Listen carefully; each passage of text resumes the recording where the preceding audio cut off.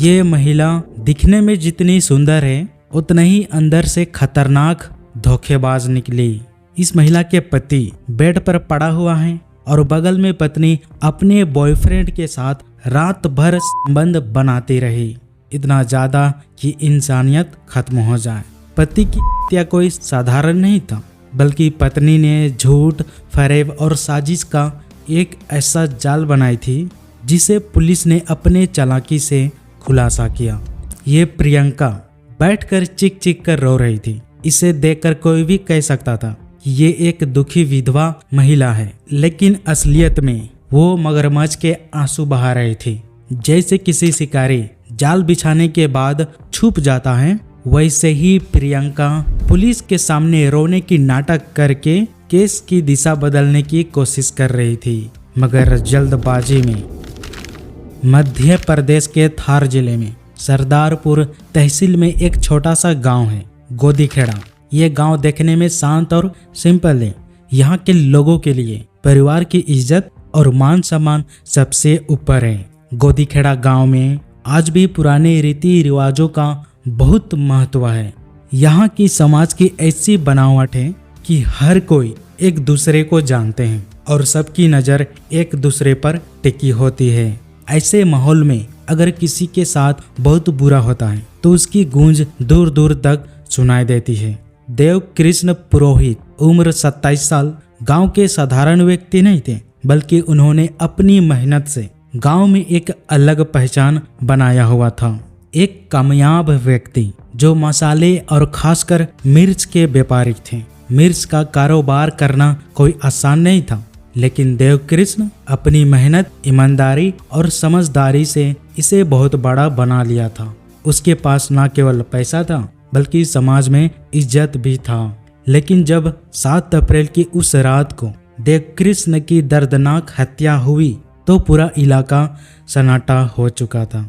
इस घटना से गांव का पूरा माहौल पूरी तरह से बदल कर रख दिया था। जहां हंसी मजाक से लोग जी रहे थे, आज वहां सिर्फ डर और इस हत्या की चर्चा होने लगी। इस हत्याकांड मामला को समझने के लिए हमें उस समय में पीछे जाना पड़ेगा जब इस रिश्ते की शुरुआत हुई थी। जब देवकृष्ण और प्रियंका को पति पत्नी के बंधन में बांधा गया, यह मामला सिर्फ एक बल्कि उन रीति रिवाजों का नतीजा था जो कभी कभी इंसान की खुशियों का अंत कर देती है। इस रिश्ते की शुरुआत लगभग 20 साल पहले हुआ था, जब देवकृष्ण और प्रियंका की उम्र 17 साल थी। तभी उनके परिवार वालों ने इन दोनों की शादी तय कर दी गई थी। उन पर शादी जैसे बड़े रिश्ते का बोझ डाल दिया गया था। शादी तो बचपन में हो गई थी, लेकिन प्रियंका 2021 तक अपने मायके में ही रह रही थी और इन सालों में प्रियंका, देवकृष्ण दोनों अलग अलग माहौल में बड़े हुए थे। और जब प्रियंका बड़ी हो गई तब ससुराल आई थी।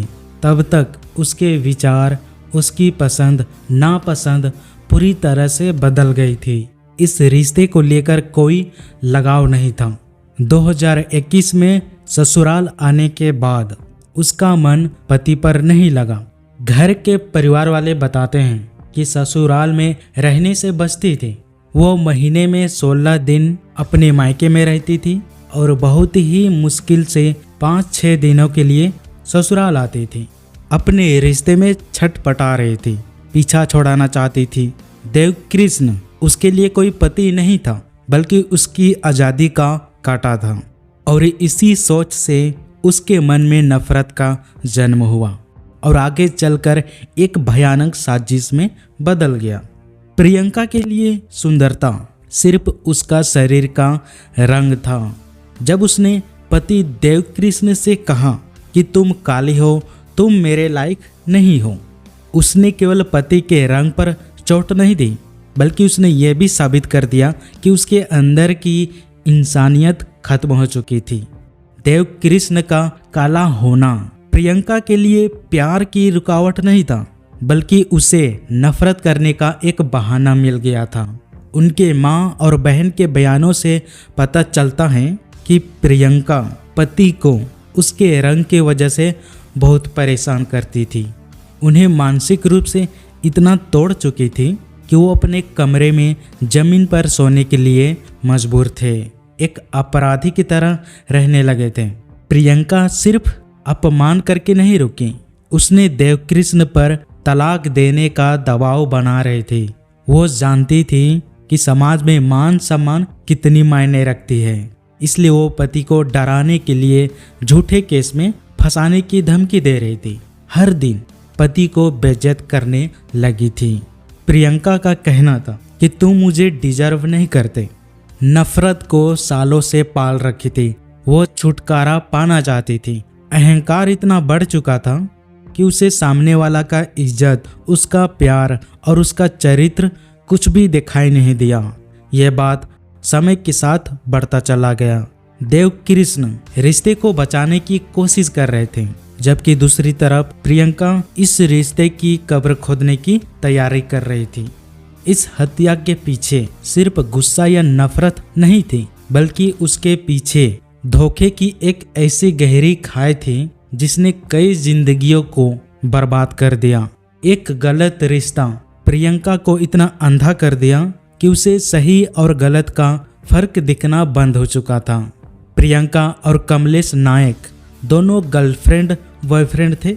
कमलेश जो खुद एक शादीशुदा व्यक्ति था और 2 बच्चों का पिता था, अपने परिवार की जिम्मेदारी को भूलकर प्रियंका के साथ मिलकर खून रिश्ते को चुना, जो उसे जेल तक ले गया। कमलेश प्रियंका के मन में इतना जहर भर दिया था, बल्कि उसे खुद देवकृष्ण के खिलाफ नफरत की आग जल रही थी। प्रियंका और कमलेश का प्रेम संबंध 2017-2020 के बीच शुरू हुआ था। इन बीते सालों में जितने बार मिले, समाज से छुपा कर मिले थे और इस बात को छुपा कर रखी थी। लेकिन उसके मन में एक खतरनाक प्लान चल रहा था। वो दोनों मिलकर देवकृष्ण को अपने रास्ते का कांटा समझने लगे थे। 2026 मार्च का महीना देवकृष्ण की जिंदगी का आखिरी महीना होने वाला था। प्रियंका अपने मायके से वापस आई थी, लेकिन पत्नी बनकर नहीं, बल्कि एक शिकारी बनकर वापस आई थी। 31 मार्च को प्रियंका और कमलेश आखिरी फैसला लेते हैं। देवकृष्ण को दुनिया से हटाने के लिए, साजिश को अंजाम देने के लिए एक ऐसे इंसान की जरूरत थी जो हत्या करने से डरे नहीं। और यहाँ से एंट्री होती है सुरेंद्र भाटी की। सुरेंद्र कोई मामूली इंसान नहीं था, बल्कि एक खतरनाक अपराधी था। अब प्रियंका के पास धोखा, गद्दारी था। कमलेश के पास प्लान था, सुरेंद्र के पास हथियार था। 1 लाख में एक जिंदगी का सौदा कर दिया गया। 50,000 का एडवांस ले चुके थे, जो साबित करता है कि हत्यारा का दिल पत्थर का था। प्रियंका कमलेश कई दिनों तक बैठकर प्लान किया कि काम कैसे करना है। 7 अप्रैल 2026 की आधी रात को प्रियंका घर का मेन दरवाजा खोलकर छोड़ दी। रात के अंधेरा का फायदा उठाकर हत्यारे सुरेंद्र भाटी अपने एक साथी के साथ घर में घुसा। देवकृष्ण उस समय अपने कमरे में सो रहे थे। उन्हें अंदाजा भी नहीं था कि उनकी अपनी पत्नी का कारण बनेगी। बगल कमरे में माँ और बहन सो रही थी, जो इस बात से पूरी तरह से अनजान थे।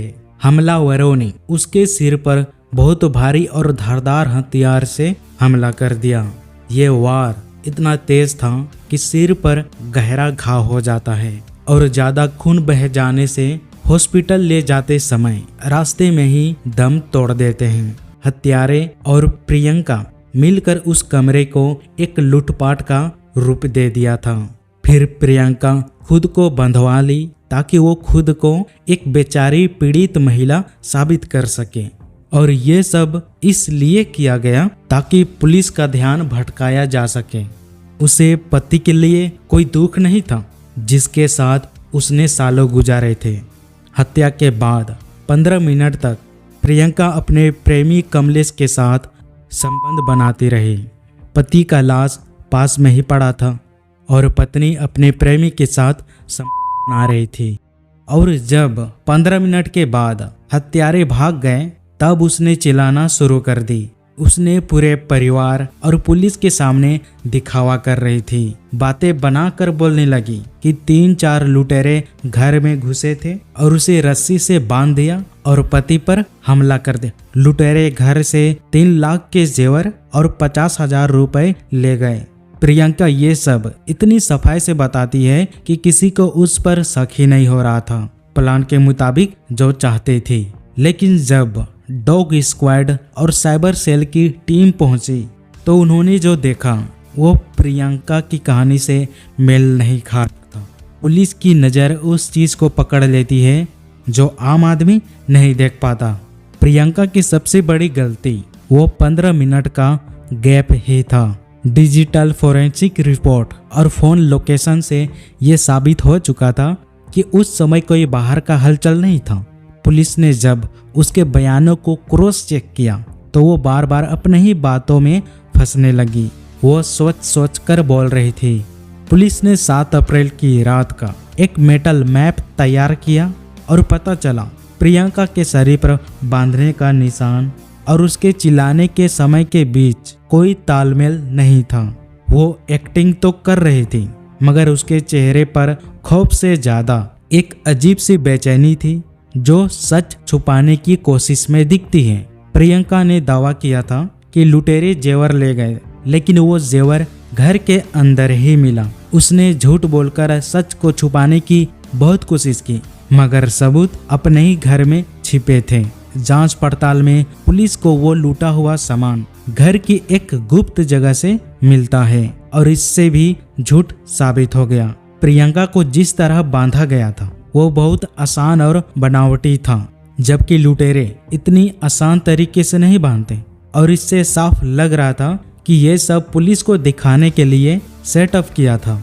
प्रियंका और कमलेश ने सोचा कि फ़ोन से चैट्स और कॉल को डिलीट कर देने से वो बच जाएंगे, लेकिन पुलिस के सामने ये सब छुपने वाला नहीं था और फ़ोन कॉल रिकॉर्ड से पता चला की रात और उससे ठीक पहले प्रियंका और कमलेश के बीच लगातार बातें हो रही थी और ये किसी आम बात जैसी नहीं थी।